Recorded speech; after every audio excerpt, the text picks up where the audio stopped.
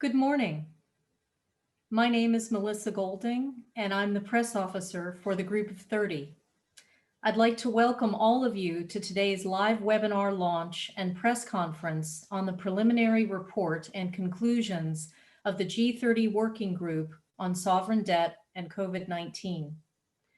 The working group will release a final report in early 2021, and the G30 is today releasing the group's preliminary conclusions to feed into the debate about looming risks and possible solutions. We will begin the webinar with opening remarks from the leaders of the Group of 30 Working Group on Sovereign Debt and COVID-19. We'll hear first from the co-chairs, Dr. Lawrence H. Summers and Dr. Guillermo Ortiz, followed by the project directors, Professor Anna Gelpern and Dr. Brad Setzer. Please note that everyone will be speaking today on behalf of the Group of 30 Steering Committee and Working Group on Sovereign Debt and COVID-19. They are here to discuss the results of the G30 study and to answer questions about the preliminary report. They are participating in this briefing webcast in their personal capacities, and their participation does not imply the support of their respective public and private institutions. I'd now like to introduce Lawrence H. Summers, co-chair of the G30 Working Group on Sovereign Debt and COVID-19. Dr. Summers? Thank you. Thank you very much, Melissa, and thank you very much to the Group of 30 staff for all the effort that you have put in to supporting this project. While Guillermo and I, as co-chairs, are going to present this morning, this is very much a collective project. There was a broader steering committee that, in addition to Guillermo and I, comprised Bill Rhodes, formerly of Citigroup, Tidjane Thiam, the former CEO of Credit Suisse and the current envoy on behalf of the African states on COVID issues, and Jean-Claude Trichet, the former president of the European Central Bank.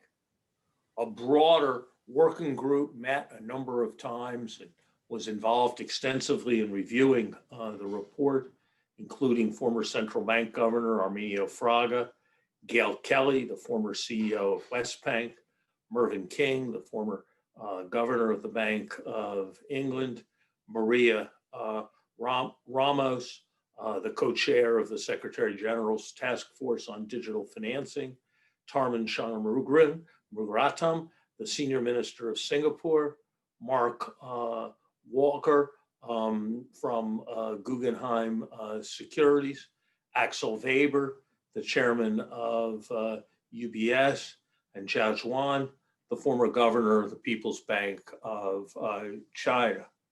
I stress the inclusive nature of the report because I believe it's significant that we have reached consensus among a broad range of actors representing, on the one hand, the interests of some of the poorest countries in the world, representing the official sector in its various components, and representing also private financial interests.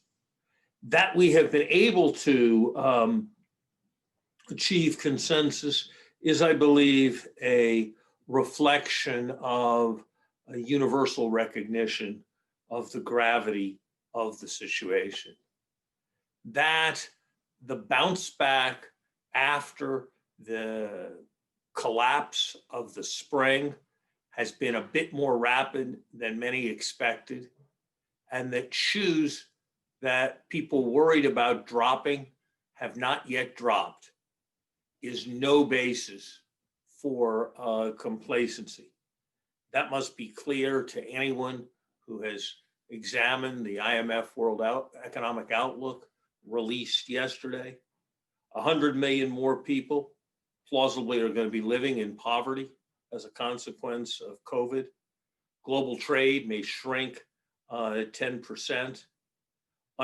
Emerging market economies are in 9 out of 10 cases contracting, and a lost decade of growth is plausible in many parts of the world. The striking fact about the current situation that frames the urgency of our report is that while the domestic response in many, many countries to what has happened dwarfs anything that happened after the global financial crisis. Think, for example, about the increases in budget deficits of 15% of GDP in the advanced economies. Think of the magnitude of the increase in the scale of central bank balance sheets.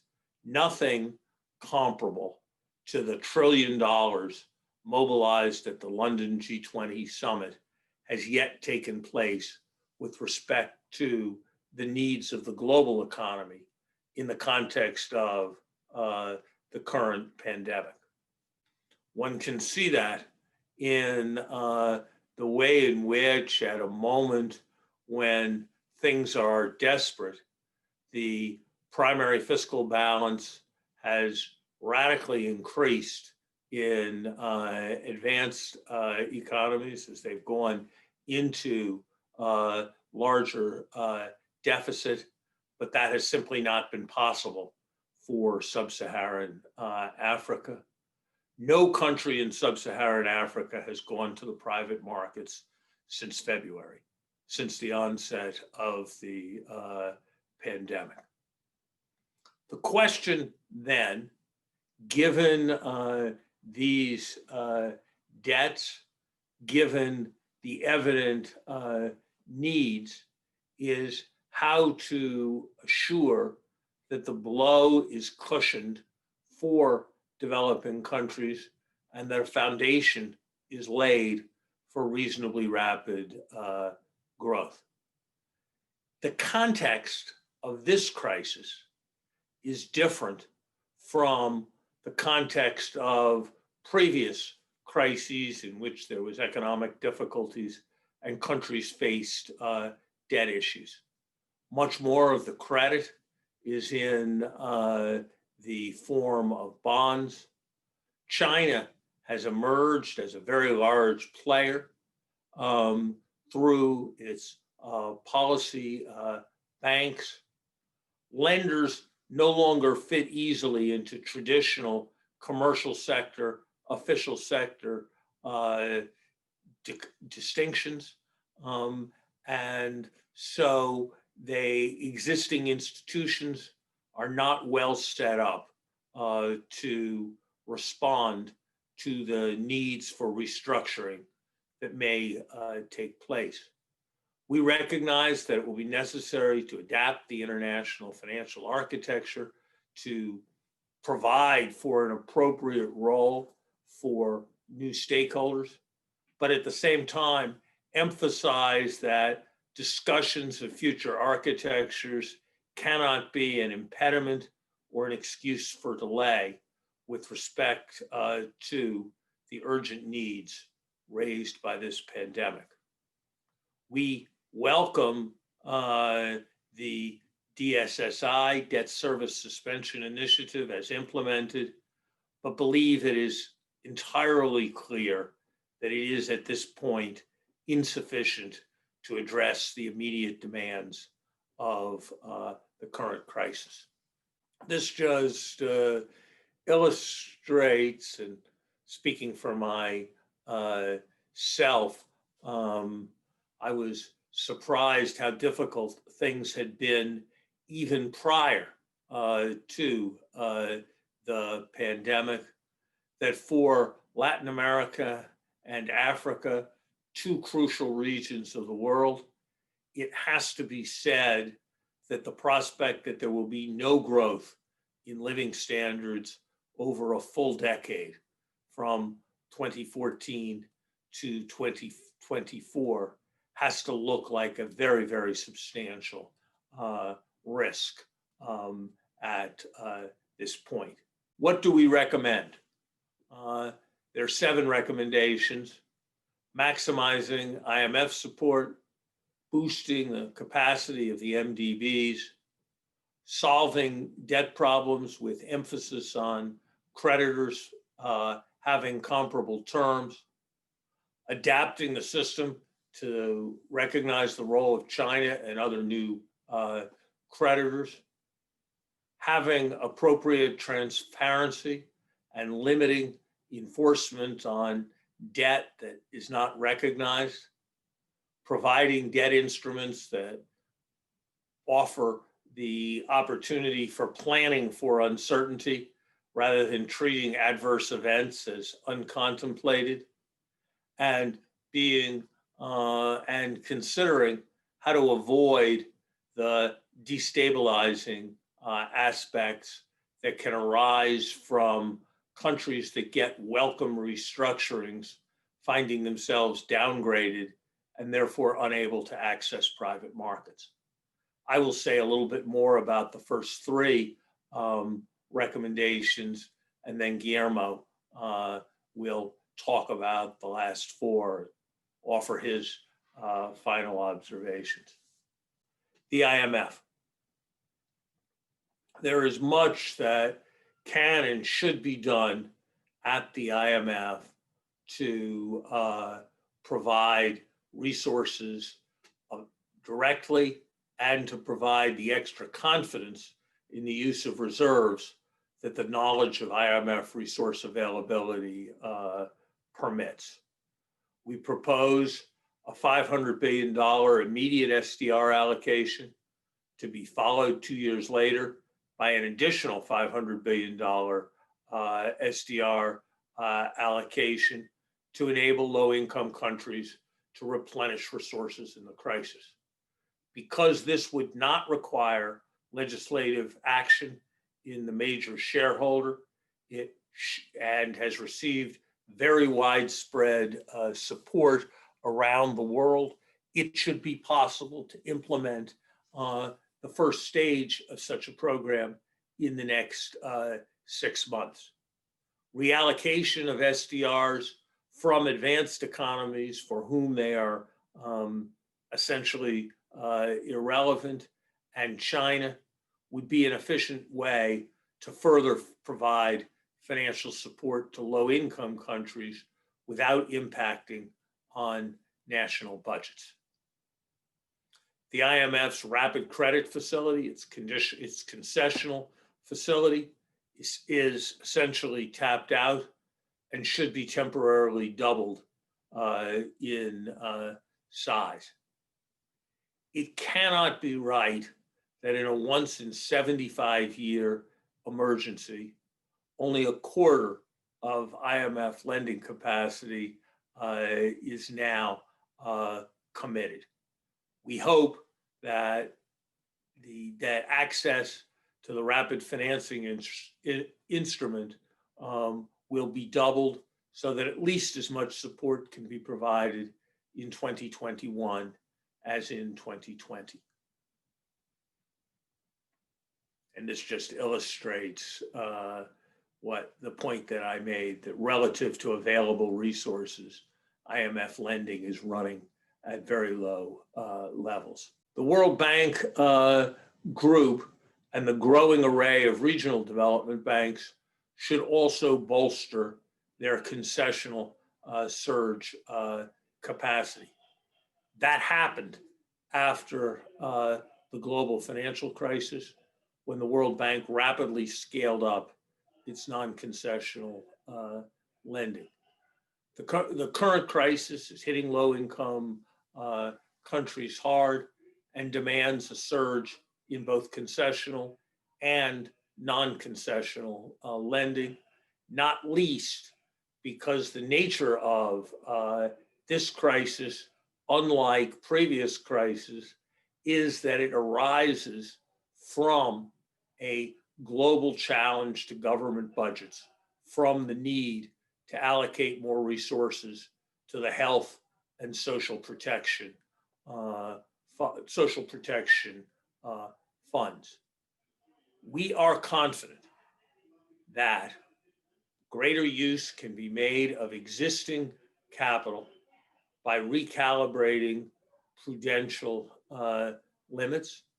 This can include making greater use of IDA's large existing equity base. There will be a need for new donor funds to avoid depleting existing equity as demand for grants increases.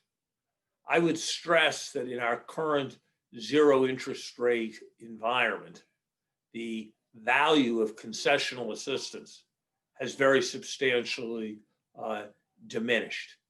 In a 5% interest world, a long-term loan at 1% has a major grant element. In a 1% interest rate world, the concessionality and implied subsidy is far less. That should be recognized in judging the appropriate level of concessional assistance. Third, the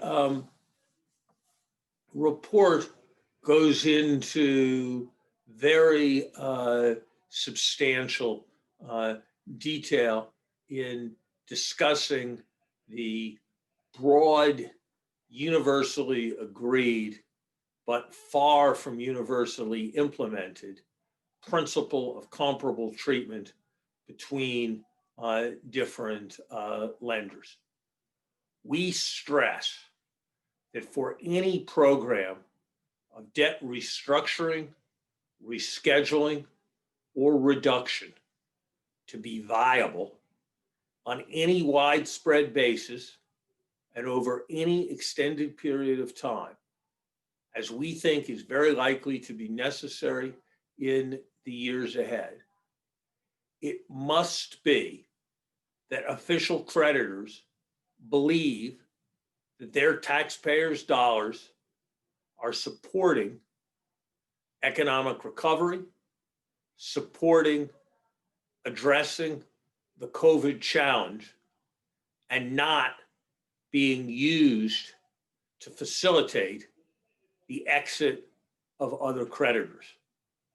Comparability is at the heart of viable restructuring of debt, and we do not believe that all is in hand right now.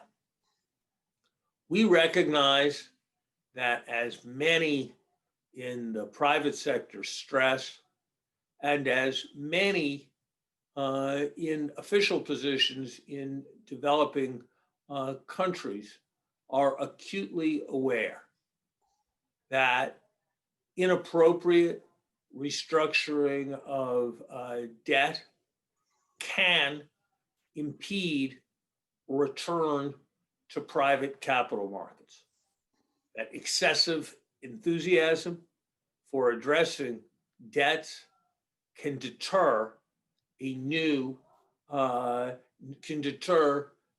lending, which is what is most important. We also emphasize in the report that the possibility of new lending cannot be a justification for delay in addressing debt issues when that new lending is not potentially available for long periods of time. We believe that the presumption should be in favor of more and deeper debt restructurings, not towards delaying decisions in the face of uncertainty.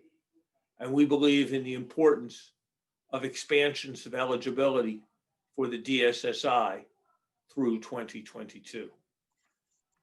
We appreciate and support the principles referenced in recent G20 communiques but at the same time, emphasize our collective view that if voluntary negotiations fail to achieve a comparability of treatment, more robust legal measures may be necessary. Let me turn to Guillermo to present further recommendations. Thank you, Larry. It's a pleasure to be here and to share this presentation with Larry. He, at the outset, he spoke about the dire conditions of emerging markets, particularly low-income countries. And I mean, the statistics are there. You know, we're facing a possible decade of lost growth for large parts of the world. It reminds me of the debt problem, of the debt problem of basically Latin America in the 80s, where we had a lost decade of growth. But there's one aspect in this crisis which deserves to be highlighted, and this is the further push for inequality that emerging markets are facing. In the case of Latin America, there are several estimates by regional organizations, the World Bank and so on, that poverty rates, inequality indexes like Gini coefficient and so on and so forth, will be set back for at least a decade. In my own country, estimates that the poverty reduction that has been achieved over the past 10 years has been pretty much erased in 2020 and 2021. So this problem of exacerbation of domestic inequalities as a byproduct of this huge contraction in economic activity and the lack of resources on the part of emerging markets to counter this, as it was mentioned by Larry, is fundamental. Okay, the fourth recommendation has to do with the role of China. Obviously, in the past decade, the landscape of creditors and lenders has changed quite dramatically, particularly in the sphere of low-income countries. Notably, over the past decade, you have had frontier markets accessing the bond market, and China has taken a very leading role as a creditor for low-income countries.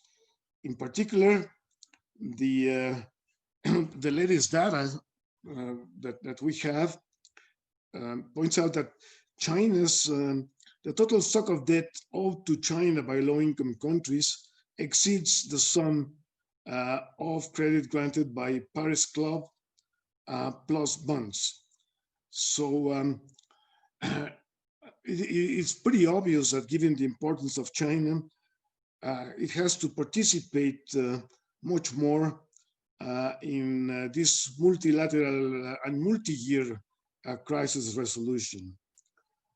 And whether China decides to join the Paris Club or to pursue a complementary forum for some of or all of its lenders, the essential principle of comparability is fundamental for burden sharing. It is true that in the recent negotiations, particularly with African countries, the Chinese Exim Bank has participated with the Paris Club. But this engagement has certainly been not complete. And this is obviously complicating the panorama for restructuring. And obviously, any effort to manage a multi-year crisis that spans large parts of the globe would fail if any country's citizens become convinced that they are subsidizing repayments for other creditors.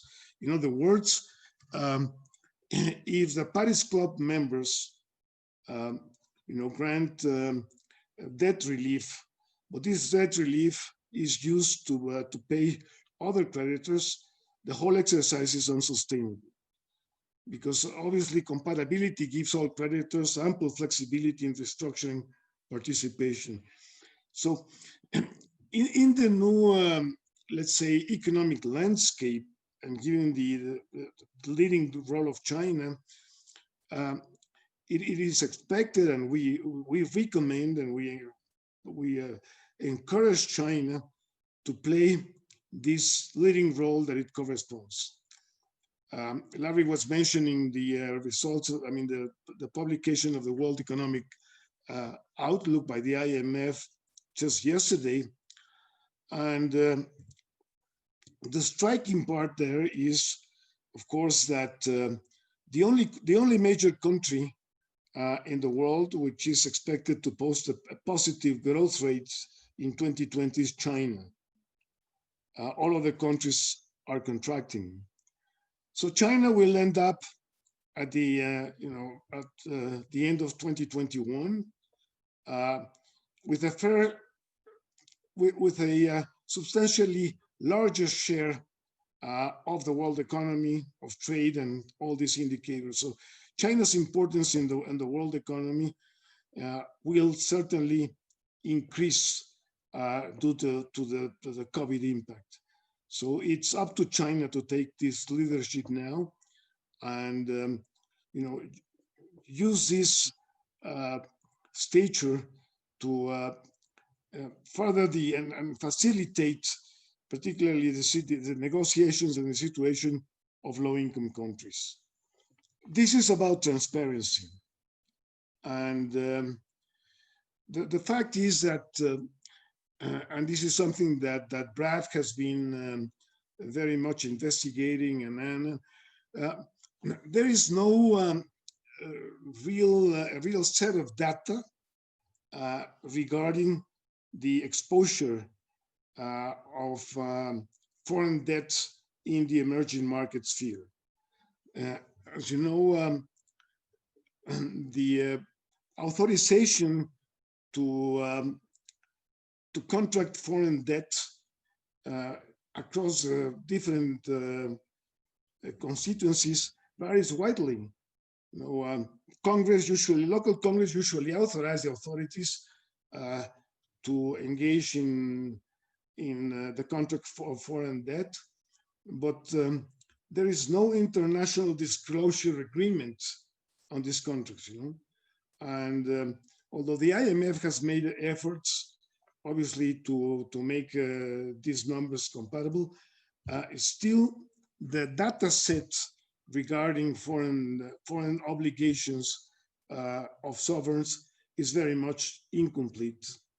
So, and this is essentially, obviously, to analyze, what is the debt burden, debt trajectories, and so on and so forth, but also in the very practical matters of debt restructuring, when sort of hidden creditors come to the table with debts that were not visible for the rest of the creditors, that creates a problem of coordination. There are a number of institutions that are sort of working in this in putting this homogeneous set of data together, but I think something more is needed. I mean, we need some international standards of disclosure, and that has to do with changes in local legislation in the sovereign countries to homogenize the way that is reported. And this obviously has implications, legal implications, and I hope, Anna, that you can, in your intervention, touch on some of these issues. We also recommend that contingent contracts to insure against uncertainty be more widely used. There has been use of contingent contracts before in debt issuance. I remember, for example, Argentina's and the not these negotiations, not this last restructuring, but the last one about 10 years ago, they issued sort of GDP contingent bonds, the sort of payment dependent on the performance of the economy. And there are a number of contracts that have been designed at the sovereign level to take into account some contingencies. For example, countries that are particularly susceptible to certain types of catastrophic events like hurricanes have issued bonds that are whose payment of principal and interest are tied to this contingency. One example is Grenada that issued a hurricane bond, which allows for the postponement of payments in the case of a natural disaster. Now, what would be desirable perhaps is writing this more broadly, because, for example, an island economy is more vulnerable to a shock like COVID-19, simply because of the contraction in tourism that it may be by a hurricane. So these broad contracts are probably, they can be priced pretty much easily by bond markets, and they have been explored by the IMF, by the Bank of England. But I think the recommendation here is that official institutions lead the example in the use of this type of contracts. This is the last recommendation, and it has to be has to do with rating agencies. And here we have, broadly two problems that can be identified and that are germane to this discussion. First, I would like to note that since the beginning of 2020, more than 30 countries have been downgraded, and a number of other countries have been put in negative watch by the three major rating agencies. Now, this has, I would say, two basic dimensions. One of them has to do with the restructuring process and the implementation of DSSI in low-income countries. Rating agencies usually assign a default qualification to those bonds that miss interest or principal payments. So a number of countries that would benefit from the DSSI are reluctant to even approach the private sector, to approach bondholders and so on, to participate in this restructuring for fear of a downgrade, and the fact that would certainly be an obstacle to access markets in the future. This fear of loss of market access is very, very much present in this environment. So this is one of the dimensions of the ratings impact on the current situation. The other one has to do with procyclicality and contagion. To the extent that there are extensive downgrades, and this is particularly true for the middle-income emerging market countries, the possibility that downgrades in some countries will prompt asset managers to sell the paper, to sell the bonds of other countries, just to reduce exposure to the asset class is very present. And here we don't really have a recommendation, but to have the authorities, regulators, engage in a much more constructive dialogues with market participants and with rating agencies to, you know, first of all, to analyze the situation, and particularly the two dimensions I mentioned, I talked about. This will be, we will have an opportunity when we issue our final report to have more sort of concrete ideas on this issue. So let me conclude here, and perhaps Anna, I pass you the microphone now. Thank you very much. Thank you, Guillermo, and thank you, Larry. Thank you, Brad, and the G30 team. It's been a pleasure to work with this working group, and privilege as well. So I just wanted to flag two issues very briefly that you've already heard about, actually both of them from Guillermo. And one of them is the challenge of new creditors and hybrid institutions. And the other is the transparency point that Guillermo just flagged. So on China and other new creditors, and China's not unique here, although China's certainly the biggest actor at the moment, there is a valid concern that with new actors come new institutional forms. And so you see debates about whether a certain creditor, a certain institution within a country, a state-owned bank, is commercial or official or something else. And I think that this working group was actually quite impressive in cutting through the formal static and recognizing that whoever you are, you need to be contributing comparably to solving the debt problem of a distressed country. It is true that hybrid institutions, sovereign wealth funds, banks that are owned by the government but lend on commercial terms, they've been around for a long time, for decades. And some of them have restructured as part of the Paris Club. But it is also true that they have distinct concerns and that there is something to talk about when we decide what it means to be concessional, what it means to be comparable, what it means to give net present value reduction, or how to assess the terms of debt relief. And so there may well be a need for a forum that coordinates with the Paris Club and multilateral institutions down the line.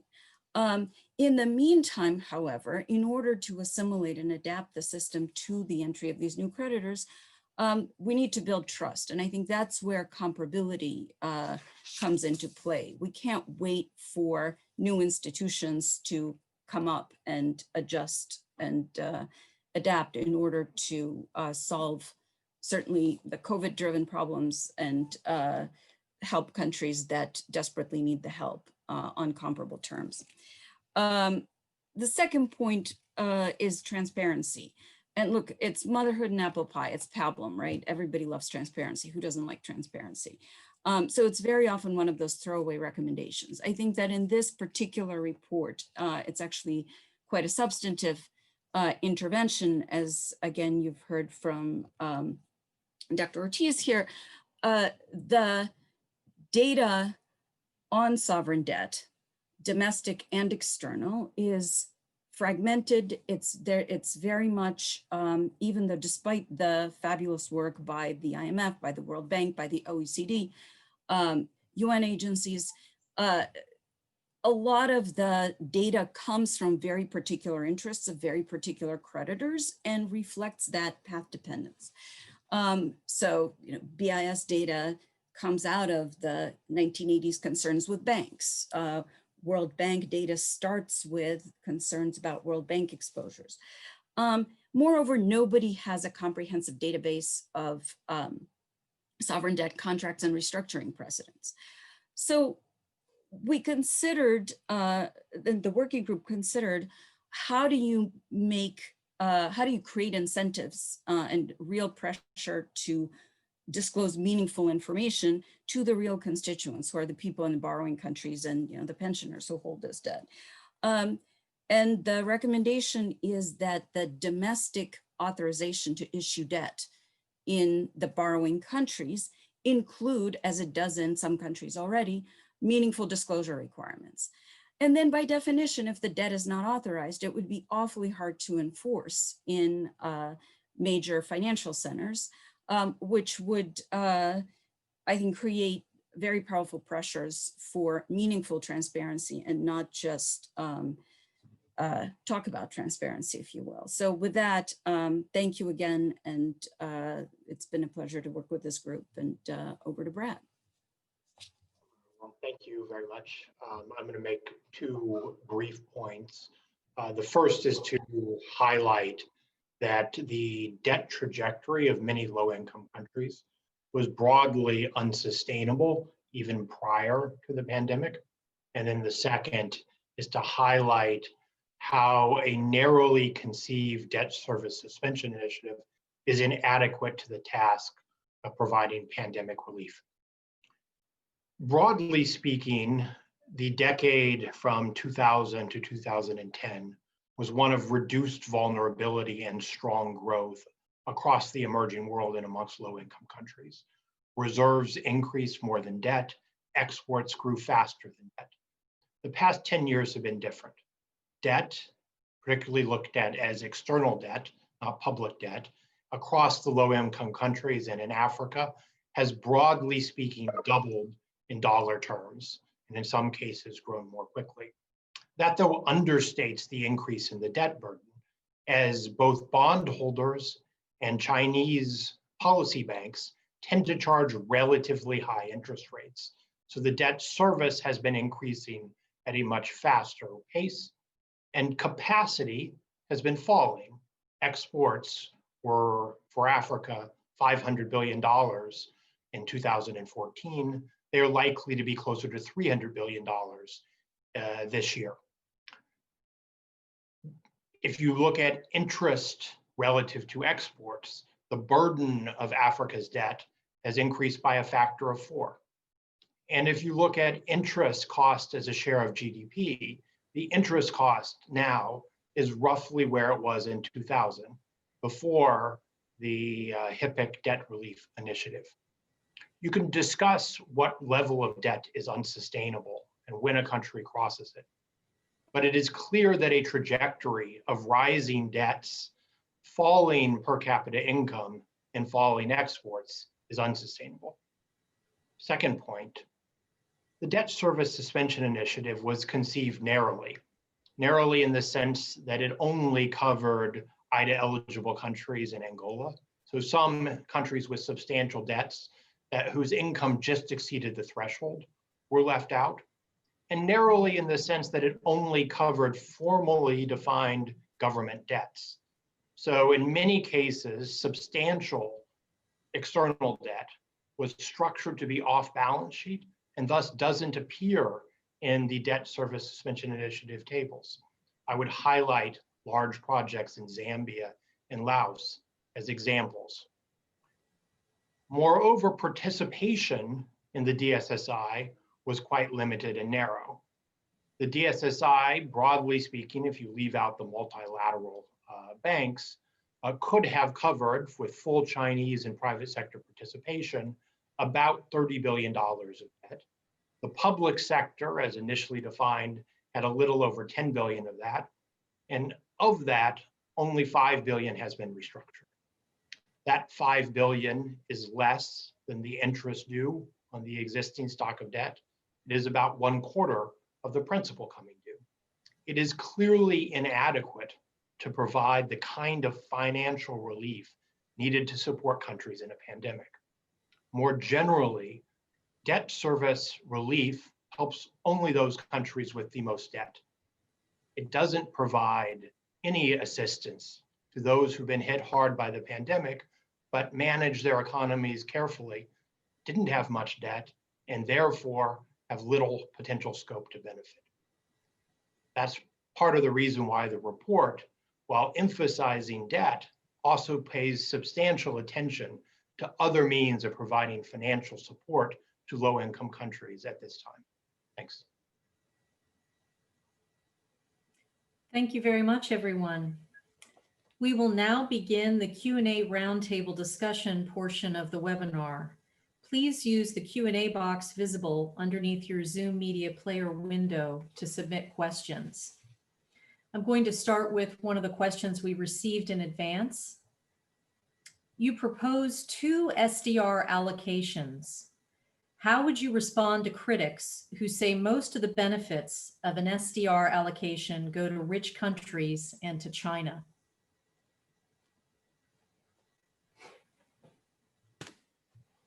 I would respond in 2 ways. First, after proposing 2 SDR allocations, we also proposed reallocations by the developed countries and China in order that that not be the case and that they're made available for developing countries.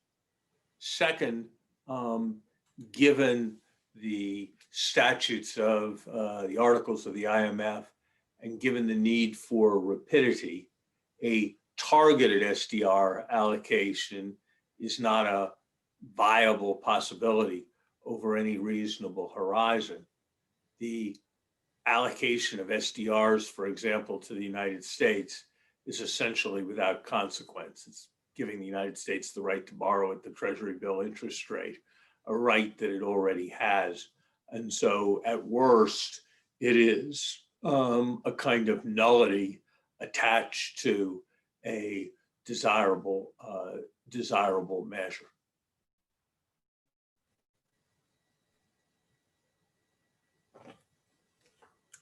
Thank you. Another question we received in advance. Forecasts of broad-based debt distress last spring haven't been borne out. Ecuador is the only major emerging economy to seek a restructuring as a result of the pandemic and was able to reach agreement with creditors quickly. Many of the DSSI eligible countries haven't even taken advantage of the initiative. Many emerging markets have issued Eurobonds without any problem. Hasn't the market taken care of this problem on its own now that the Fed has lowered rates? I tried to anticipate, Guillermo may want to add to my answer. I tried to anticipate exactly that concern when I remarked that one, while growth was faster than many had expected a few months ago, there was no basis for complacency given growing indicators of slowdown to come, and that there needed to be contingent plans in case available in case of substantial difficulty. Second, I observed that to some extent the reluctance to take advantage of the DSSI was due to this rating agency downgrade problem that Guillermo spoke about, in which countries were fearful of losing market access in the future if they took advantage of even debt reduction that they needed to meet the human needs of their people. Third, there is evidence that for some significant number of countries, access to markets has either not been available or only has been available at rates that are unlikely to be consistent with debt sustainability. No sub-Saharan African country has successfully issued since February. So I think we would be making a grave error of the kind that the global financial community made in the period between Bear Stearns and Lehman if we were to regard a market lull as a basis for relaxation and judging that crisis risk was over. It would, in my judgment, be a highly imprudent act not to be focused both for human and for financial reasons on assuring support for emerging markets in this difficult period. let me just add a couple of comments to Larry's points. I think there is no doubt that the massive monetary and fiscal stimulus that was done by the advanced countries had positive spillover effects in the rest of the world. In particular, at the outset of the pandemic, we saw a very important capital outflow from emerging markets. I think in February and March, we had outflows of about $80 billion. In domestically denominated debt held by foreigners, like M bonds in Mexico, Reales bonds de Brazil, and so on. And that hasn't come back, but some issuers, notably those with investment grades and others, were able to tap capital markets given the abundant liquidity conditions. So this first stage of liquidity squeeze was helped a lot by the actions of major central banks. The other part, however, is that this is a slow-moving crisis in the sense, if you recall what happened in the 80s during the emerging market debt crisis, the crisis got worse with the passing of time, although the immediate impact was not as strongly felt.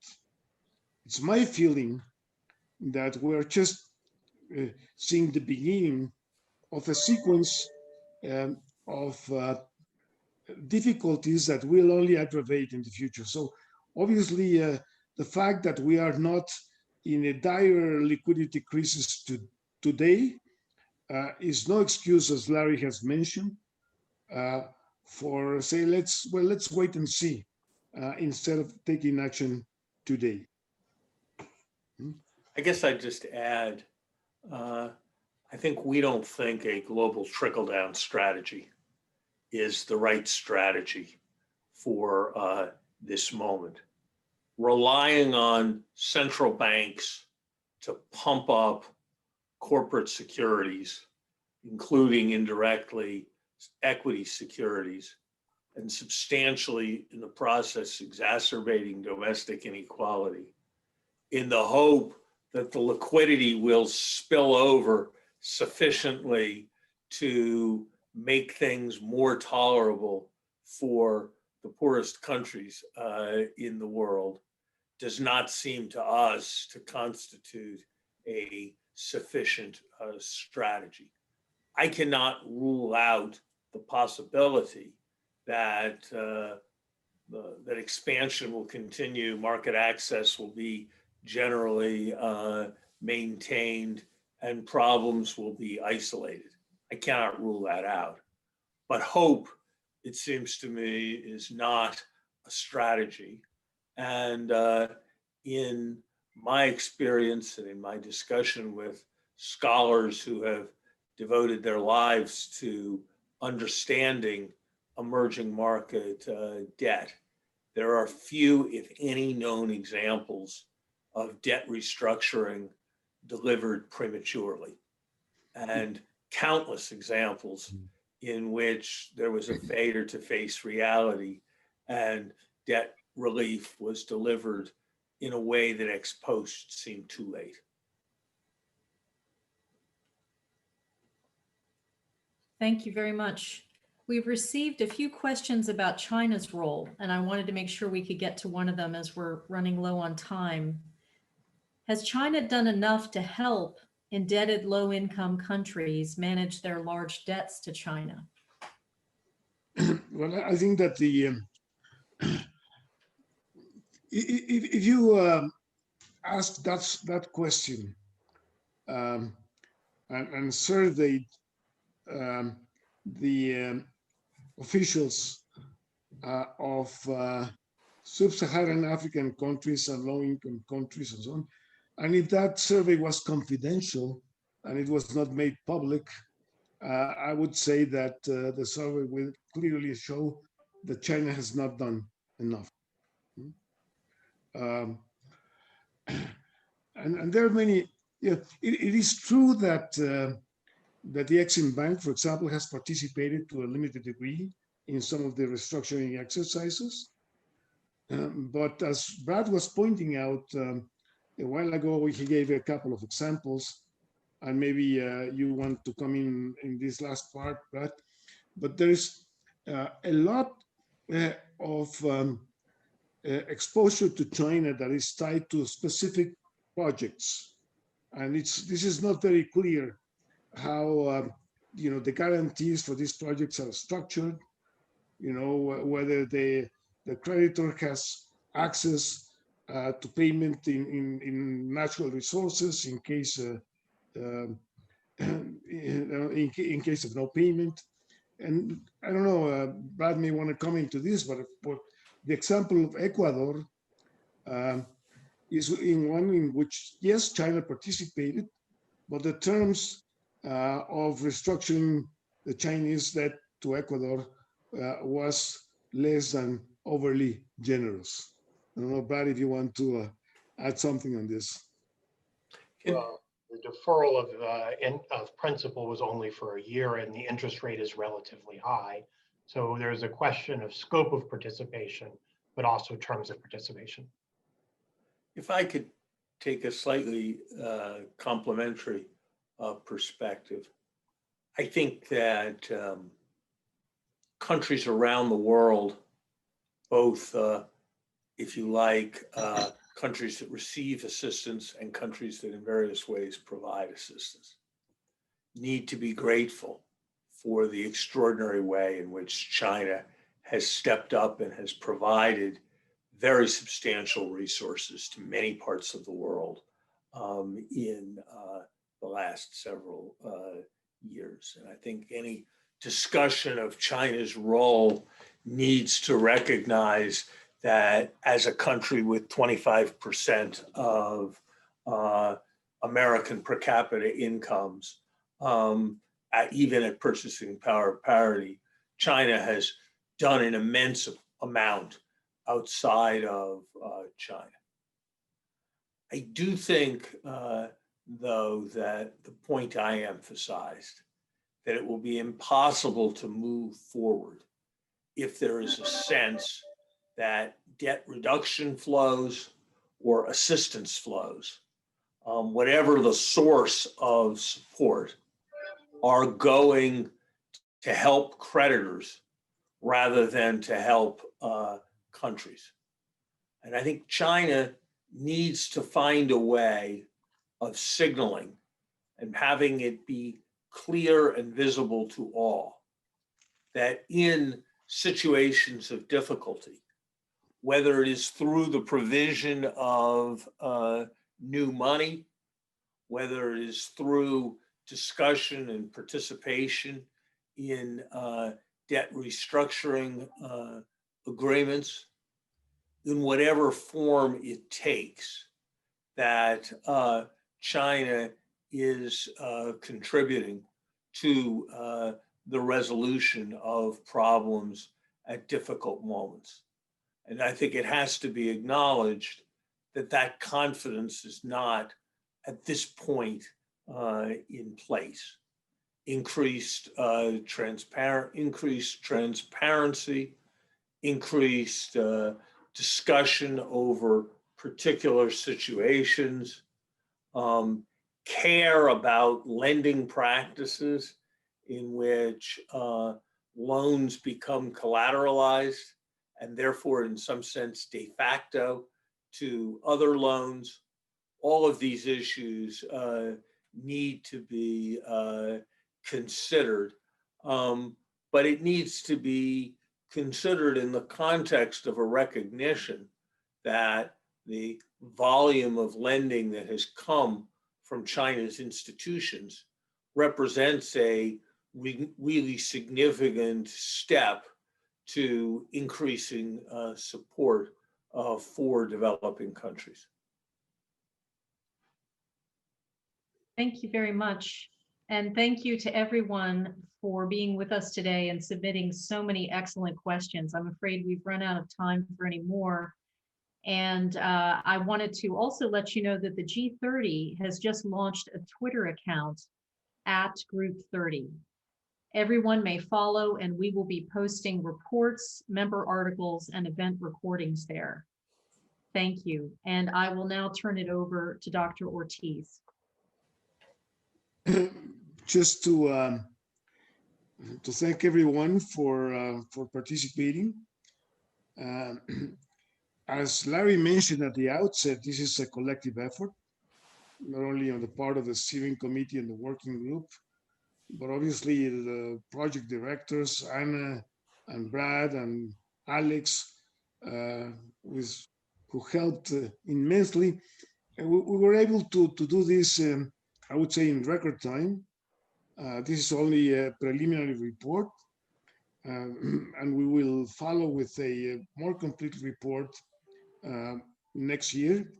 So just thank everyone for participating, and thanks for the team for this great effort that was done.